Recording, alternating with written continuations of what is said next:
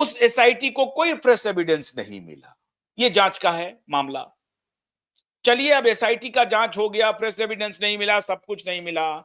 जो रूल है वो ये कहता है कि 50 साल के बाद भी अगर किसी डिसीज्ड की, किसी की इस तरह की मौत होती है और उसके परिजन, उनके परिवार वाले, उनके माता पिता अगर कोई शंका व्यक्त करते हैं कि मेरी पुत्री के साथ बलात्कार हुआ है, उसकी हत्या हुई है, तो सारी चीजें सेट एसाइड है। ये केस लॉ उन्होंने ऑलरेडी नीलेश ओझा जी ने पेश कर दिया 7 अगस्त को।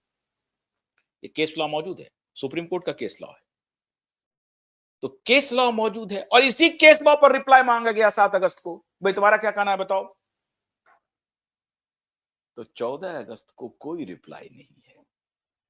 शैलेंद्र नगरकर के खिलाफ जो रिट दायर हुआ है कि शैलेंद्र नगरकर को कस्टडी में लिया जाए और पब्लिक प्रोसिक्यूटर को कस्टडी में लिया जाए, यह मुकदमा इस देश का नजीर होने वाला है। मैं बार बार बोलता हूं, आज फिर दोहरा रहा हूं, यह निर्भया केस नहीं है। निर्भया केस में पुलिस एक्टिव थी, सरकार एक्टिव थी। इस केस में पुलिस इनएक्टिव है, सरकार डिफेंसिव है।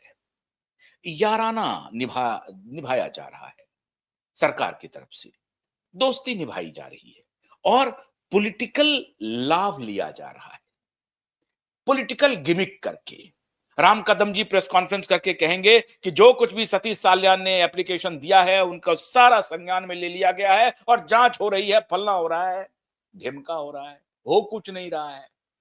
तो पॉलिटिकल गिमिक भी हम क्यूबाइब नेटवर्क एक्सपोज करेगा। मैंने पहले भी कहा है कि इस मुद्दे पर नरेंद्र दामोदर दास मोदी भी गुनहगार को नहीं बचा पाएंगे। सर्वशक्तिमान नेता है आजकल और निर्विवाद रूप से है, मैं भी मानता हूं, लेकिन ये उनका पॉलिटिकल स्टॉक है। ये स्टॉक नहीं कि किसी क्रिमिनल के साथ खड़े हो जाएंगे फिर भी आपकी पॉपुलैरिटी बरकरार रहेगी, ऐसा नहीं होने वाला। नहीं, ये उनका पॉलिटिकल स्टॉक है। आप गुनहगार के साथ खड़े हो जाएंगे, ऐसा क्यों करेंगे मोदी जी? और मोदी जी ने झटक दिया है, अमित शाह ने दुत्कार दिया है और देवेंद्र फडणवीस जी को एक अदालत में आकर के कहना पड़ा कि कोई हमारा अलायंस नहीं हो रहा है। उसके बाद जो हो रहा है उसके बारे में मैं अलग से बताऊंगा अभी थोड़ी देर बाद। अभी 14 अगस्त के दिन घिर गया है ठाकरे, और जो ठाकरे को बचाने के लिए पर्दे के पीछे से जो मीटिंग्स कर रहा है परमवीर सिंह, हैरान हो जाएंगे। आज मैं एक और ब्रेक कर रहा हूं। परमवीर सिंह के खिलाफ सचिन वाजे आ गए हैं जो अभी आजकल जेल में है। सचिन वाजे कह रहे हैं कि साहब हमको इन लोगों ने फंसा दिया, सारा काम इनके कहने पर मैंने किया और हमें फंसा दिया। अभी तो मनसुख हिरेन के केस में वो जेल में है, जिस केस में 16 साल तक वो डिसमिस रहा हाईकोर्ट के ऑर्डर से। वो उस ऑर्डर को सेट असाइड करके इस दोनों बाप बेटे ने एक गुंडे पुलिस वाले को, जो मर्डर का चार्ज है जिसके ऊपर हाईकोर्ट ने ऑर्डर किया था कि भाई ये मर्डर के केस में इन्वॉल्व है सचिन बाजी, पुलिस इंस्पेक्टर, उस पुलिस इंस्पेक्टर को रीइंस्टेट किया इस दोनों बाप बेटे ने। न सिर्फ इन दोनों बाप बेटे ने रीइंस्टेट किया, बल्कि जब गृह मंत्री थे फडणवीस तो उनके ऊपर भी दबाव बनाया कि इसको रीइंस्टेट कर लो। फडणवीस साहब ने कहा कि नहीं नहीं, मैं नहीं कर सकता हूं, ये हाईकोर्ट का ऑर्डर है, हाईकोर्ट के ऑर्डर की अवहेलना मैं नहीं कर सकता हूं। उन्होंने झिटक दिया, उनको पता था सचिन वाजे कौन है, वो वर्दी में एक क्रिमिनल है। और उस वर्दी के क्रिमिनल को इस दोनों बाप बेटे ने परमवीर के साथ मिलकर के रीइंस्टेट किया और इससे जितने पाप होते हैं वो सारे पाप करवाए। अब सचिन बाजे के तरफ से अंदर की खबर यह है कि जो कोई भी मिलने जाता है सचिन बाजे उसको यही कहता है कि इन लोगों ने मुझे फंसा दिया और अगर मैं फंसूंगा तो इन्हें नहीं छोड़ूंगा। तो दो ऐसे नमूने आ गए हैं सामने में, एक तो रिया चक्रवर्ती और दूसरा सचिन बाजे। रिया चक्रवर्ती बार बार कह रही है कि भाई आप लोगों ने तो फैला दिया था कि क्लीन चिट मिल गया, क्लीन चिट मिल गया, हमें तो क्लीन चिट मिला ही नहीं, हमें तो नोटिस मिल गया है, हमें तो जवाब देना है। प्रियंका सिंह और मीतू सिंह को मिला है क्लीन चिट, डॉक्टर तरुण कुमार को क्लीन चिट मिला है, हमें तो क्लीन चिट मिला नहीं। आप लोगों ने कैसे कह दिया कि क्लीन चिट मिल गया? और मैंने तो उस वक्त भी कहा था कि प्रियंका और उनकी बहन, जो दोनों बहन है, उसके खिलाफ अबेंडमेंट ऑफ सुसाइड का केस मत करो, ये लिखित में मैंने कहा था।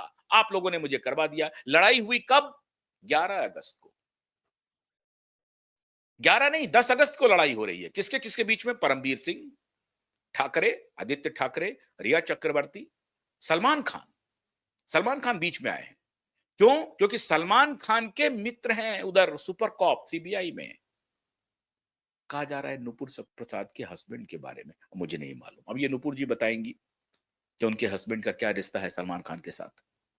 लेकिन ये चर्चा है पावर गैलरी में कि सलमान खान की जो रसूखदार व्यक्ति है भाई, डॉन है, पीछे में दाऊद अब्राहम है, तो सलमान खान खाली फिल्म स्टार नहीं है, दाऊद का फ्रंट मैन है सलमान खान। और डंके की चोट पर क्यू वाइब नेटवर्क आज से नहीं, बहुत पहले से कह रहा है। हालांकि ये भी क्यू वाइब नेटवर्क ने बताया कि आजकल दाऊद की का स्टॉक थोड़ा नीचे चला गया है, क्योंकि लॉरेंस ने अपनी अलग एक कंपनी बना ली है। खैर, तो 10 अगस्त को जो लड़ाई हुई इन चारों पांचों के बीच में, कि आपने मुझे फंसा दिया, अब ये आंच पहुंच रही है सचिन बाजे के पास भी। और सचिन बाजे को लग रहा है कि इस पूरी कड़ी में मेरा नाम प्रमुखता से आएगा।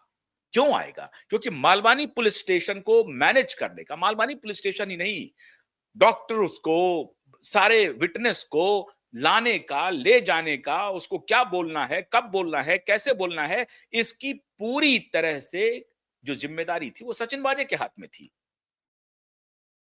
और सचिन बाजे कह रहे हैं कि साहब, मुझे तो इस केस में सबसे पहले आगे रखा गया है, सारे डिजिटल रिकॉर्ड्स हैं। अब इन सारे डिजिटल रिकॉर्ड्स को फिर आप कैसे नकारेंगे? नारकोटिक्स डिपार्टमेंट के पास सारे डिटेल्स हैं। तो सचिन बाजे ने भी अब एक तरह से मोर्चा खोल दिया है। और मैं सैल्यूट कर रहा हूं उस सारे ईमानदार पुलिस ऑफिसर को, सारे सीबीआई के ऑफिशियल्स को, जो हम तक इतनी बारीक सूचनाएं पहुंचा रहे हैं, और उन बारीक सूचनाओं को हम आपके साथ शेयर कर पा रहे हैं। मित्रों, अकेला मीडिया समूह क्या कर सकता है? अगर वो ईमानदारी के साथ, सत्य के साथ लड़ाई लड़ते रहे और दर्शकों का सहयोग मिलता रहे, तो देश में कुछ भी असंभव नहीं है, हर चीज संभव हो सकता है। ये सत्य और ईमानदारी